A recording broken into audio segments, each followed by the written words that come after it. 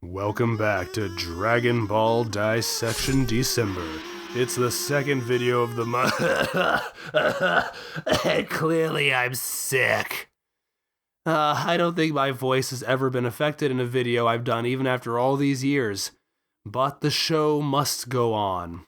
If I try to reach my usual energy, I'm going to sound like this. So please try to enjoy this ASMR version of Dragon Ball Dissection. Because apparently this is a voice I can do. A message to last week's version of me. It still remains to be seen whether or not I say anything witty or sublime, but at least we can all rest assured I will sound either like a dying seal or liquid sex while I do it. We're all the way to episode 32, and this is when the fighting finally starts. Oob showed up last time to save Pan, and now he takes a stand against Baby.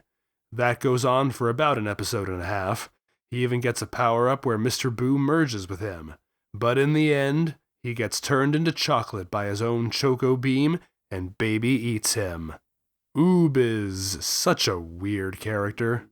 I'm wasting no time getting into this, huh? Like so many things about Dragon Ball GT, I have conflicting feelings about this entire segment. Oob is obviously not going to win this fight. I can't imagine anybody expected he would. He's here to buy time for Goku to get stronger, and he's here to lose to prove the situation is serious. It's a tried and true Dragon Ball storytelling technique. I have my issues with the concept in general, issues that only become more pronounced the more times it happens. But I can't say this is an especially egregious example of it. As far as that trope goes, this is a perfectly fine example. It's a competent, memorable enough fight. And there's even more to this example I'll have to address later. I remember this holding true for the rest of the arc as well, but I think the pacing of these fights is fantastic. Nothing ever gets bogged down or goes on too long. Oob's presence might be stalling for time, but it never feels like it is. His roll is brisk, quick. The fight is just long enough. That's great. Good job. There's decent setup and payoff. The show memorably establishes that Oob has learned the Choco Beam by accidentally turning people into chocolate. That's then followed up by Baby reversing the attack on him as the conclusion to the fight. That works really well. The segment gives Messrs. Satan and Buu a touching moment. I get to hear both hero and villain say Choco a lot, which is fun. And even the chewing sound Baby makes when he eats Oob is something I really like. I don't know why, I just do. Functionally, structurally, I can't really complain about this. Emotionally, though, does anybody care at all? Does anybody possess a single solitary feeling over the fate of Oob? Oob is all function, no character. And that was okay when he was just a plot device on which to hang the ending of Dragon Ball, but in Dragon Ball GT he needs to be a character. Or at least he needs to be a character if we're going to put him in the story. See, as much as I dislike the trope of sending out the non-Gokus to lose and die, if they work on any level, it's because we care about them. We are concerned for their well-being. We are invested in their struggles. Oob has now appeared in 2 separate series and we still don't know diddly about him. Now he's suddenly the savior? Of course not. If this was to be the start of Oob, wherein he finally proves himself and continues on as an important character, maybe that would be okay. Bringing him back now just to immediately dump him again is nothing more than a weird little roadblock, but so completely in keeping with how he's been handled up to this point. But of course, Oob isn't the only casualty of this sequence. Because of this, we lose Mr. Buu as well. And on one hand, these are heartfelt sequences, the only moments of emotion that actually resonate. Even though he doesn't really know Oob, Mr. Buu feels an instinct to protect him. He says goodbye to Mr. Satan and tells him he loves him. He remembers how Satan stopped those men who killed the puppy. Wait, the puppy didn't die? I guess he doesn't remember that pivotal moment too well after all. He saves Oob from the revenge death ball and ultimately gives up his own identity to help him. But again, for what? A half episode of fighting? There is emotion here because there is sacrifice. We do care about Mr. Buu, but this is simply a functional beat. Mr. Buu is a power-up. And he's not even a good power-up.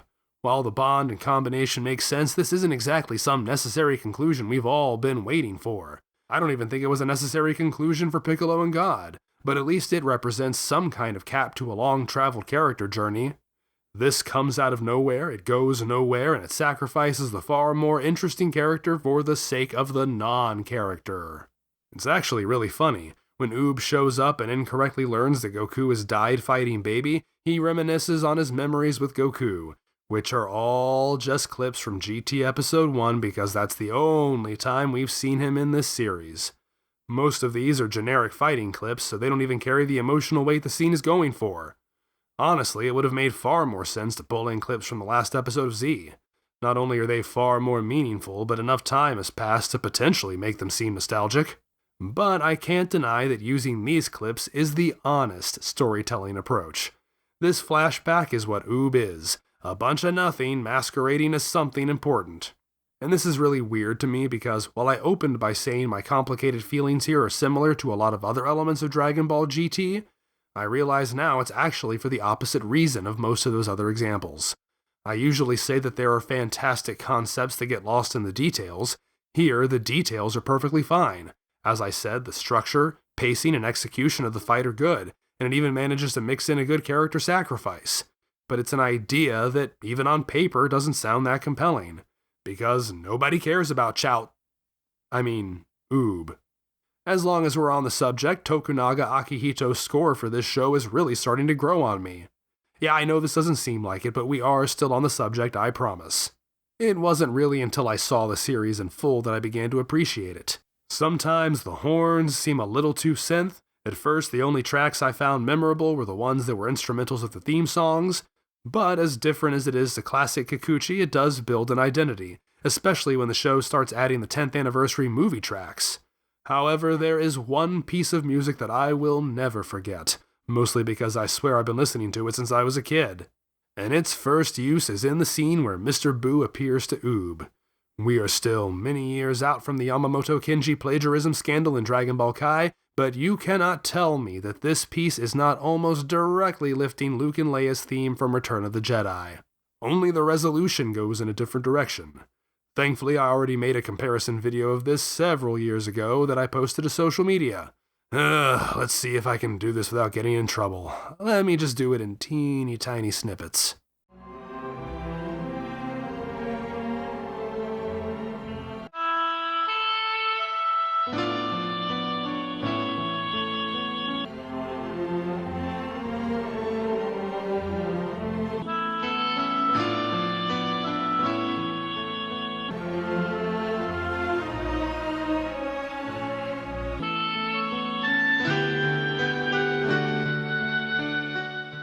I'm not trying to start a controversy here. I'm a purist. The last thing I want is for GT to be reissued with edits. But come on, this is so obvious. It blows my mind every time I hear it. Quick aside, though, if the fight between Baby and Oob taught me anything, is that I might like the design of Baby. Yes, we're going back here again just for a second. If his body was blue instead of black. When Baby and Oob are having their beam struggle, the extreme highlights make Baby look blue. And I don't entirely hate it. It's much easier on the eyes, and it's closer to some of the earlier Baby designs we've seen that I preferred. Okay, we're done now. I promise. I think. Well, we're done with Baby, but why not stay here for just a second longer to check back in with the 1996 Dragon Ball Fashion. I'm working on it.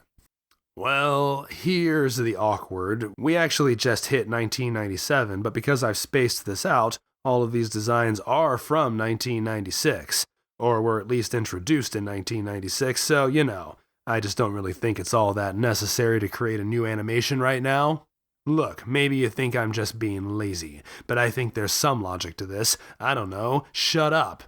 Anyway, I think I've put off long enough taking a look at the main characters of this show, so let's start today with Pan. If Baby is everything awful about 90s design, Pan is everything good. Well, not everything, but she's definitely better. Here we have an iconic tomboy look, with a cut-off shirt, capri-style jeans, fingerless gloves, a bandana, and even some kind of wallet chain. She abandoned the bandana for a little while, but I'm glad it's back now because the look really doesn't quite sell without it. Unfortunately for what I do here, it's a look that reads much older and tougher than 9 years old, thus forever perpetuating the idea that Dragon Ball GT takes place 10 years after the end of the previous series. In a show with lots of pastel and secondary colors, Pan really pops with some primary reds and blues. She's also ready to pop any mouthy robot in an eternal effort to make me like her less, but that's not really about her outfit. I'm just providing color commentary. Love this look for her. The bandana gang continues with Trunks, who sports his as a neckerchief. I feel this is a somewhat maligned look for him. I like to call him Safari Trunks, due to his heavy emphasis on khaki. Look, Safari Trunks is wearing Safari Trunks. I'm so funny. But he's going on an adventure, so I feel a safari-inspired look is good for him. As I mentioned in a show tune last year, the color scheme change has resulted in Trunks' hair becoming a much deeper shade of purple. And unlike some other random Trunks hair color changes, this doesn't result in a bunch of in-universe contradictions and confusions, so that's a win to me. Trunks abandons his jacket partway through their adventures on M2, but this abbreviated variant also looks pretty good. It's a bit lighter, a bit easier to move in, and the dark shirt gets more of a chance to show off its stark contrast to the khaki. I may be standing alone, but I'm a fan. And now, back to the story. So all of this oob stuff exists to buy time for Goku to come back ready to face Baby, right? As a matter of fact, Goku makes it back just in time to be too late to save Oob. So what has he been doing all that time? Thankfully, it hasn't been grinding coffee, because if it had, I might have had to shut this show off and find a real job. No, instead, the elder Kaioshin decides to take more direct action at getting Goku's tail to grow back. Kogoro turns into a giant pair of pliers, and they use it to straight up pull Goku's tail out of his body. Now, part of me wants to say this is a little too cartoony, even for this franchise. Oh yeah, tails don't grow. Goku's fully formed, fully furred tail is just hanging out in his tail cavity, and the only thing stopping it from conferring all those juicy tail benefits is someone giving it a good yank. It's just like how if I lose a fingernail, all I have to do is pull a new one out from my cuticle because I just have a whole bunch of them growing under my fingers. But, I'm not a biologist, so I could be wrong. Still, it's more entertaining than the coffee thing. By far. There are clear stakes with a clear goal, and as that tail gets longer, we have a clear idea of how much more needs to be done. While we're waiting for that tail to make its appearance, though, let's talk about this guy. In these episodes, characters are out in full force calling him Dai Kaioshin. Heck, to turn it around, he likewise refers to this guy as Kibito at one point, despite the narration and credits consistently calling him Kibito Kaioshin. But whatever. Getting off track here. This is the Dai, or Grand Kaioshin. That's not this guy. This guy is the Ro, or Elder Kaioshin. He's a Kaioshin predecessor of this guy. They are two separate characters with two separate titles that designate two separate, but ill-defined, roles within the cosmic hierarchy. So, why are they getting his name wrong? Well, the fact of the matter is, this isn't exclusively a GT problem. It was happening in the Majin Buu arc as well. I was going to talk about this when I did the DBD TV of the Buu arc last year, but I just had too many other things to cover, and I knew it returned here, so I just decided to worry about it later. Actually, I knew I'd already missed the right opportunity to have initially brought it up. See, I always thought it was an anime exclusive problem, and it wasn't until I was trying to write it into DBD TV that I realized it's in the manga too. Toriyama occasionally wrote it that way, just like how he sometimes called General White General Silver. I'm pretty sure the animated version does it a bit more often, but I don't have it in me to count each individual use, so I could be wrong. Honestly, the weirdest part of this is that these manga instances occur before the idea of a Dai Kaioshin is even established. Actually, I guess that could make sense to some degree. Maybe the characters were just using the term as a form of respect, to distinguish him from his younger counterpart. It wasn't really meant to be a formal title or a specific role. And then Toriyama later made it into a formal title for a specific role, for an entirely different character. Oops. Or it could be as simple as Toriyama forgetting who this character was and thinking at some point he'd actually established he was a Daikaioshin. After all, he tossed the idea of a Daikaio to the animated staff, and this guy's kinda like that, but for Kaioshin, right? Whatever the case, it's something I've always found really funny/annoying. But that's no excuse for it to still be happening in Dragon Ball GT's dialogue nearly 2 years later, especially in an episode that focuses on the character that is kinda sorta the remnant of the Daikaioshin himself. I'm so glad I finally got a chance to dust off that paragraph I wrote over a year ago. So, back to the story. One of the things I like about this is, well, I'm just glad Goku was getting his tail back. I never thought he needed to lose it in the first place. And if you're going to hinge a series on turning Goku into a kid, why doesn't he have a tail? Well, I can forgive that oversight because of this. If we are to associate the younger Goku with having a tail, then him having to earn it back midway through the series is a great justification for keeping him one. This is just after they were making excuses as to why he had to stay a kid after all. Adding the tail at least changes that from what could be a stretch in logic to legitimately unfinished business. Something else I like about it is that just like with Sugaroku Space, Goku ultimately comes up with a plan to expedite the process. Rather than everyone pulling on the pliers, Goku ties them to a rock and runs, which ultimately pulls out the tail. So, yay, the Space Tanuki played a role. Kinda. I mean, don't tell me we needed shapeshifters for this. After all, where do you think that giant coffee grinder came from? Not a shapeshifter? Well, if you can accept that, you can accept that the Elder Kaioshin also has a giant pair of pliers lying around. Unfortunately, now that Goku has traveled to planet Sufru, it turns out that nobody really had a plan for what this tail growing was supposed to do. In the case of Goku, it's hilarious. He was so focused on the outcome, so trusting of the person producing the outcome, that he just assumes everything is better now.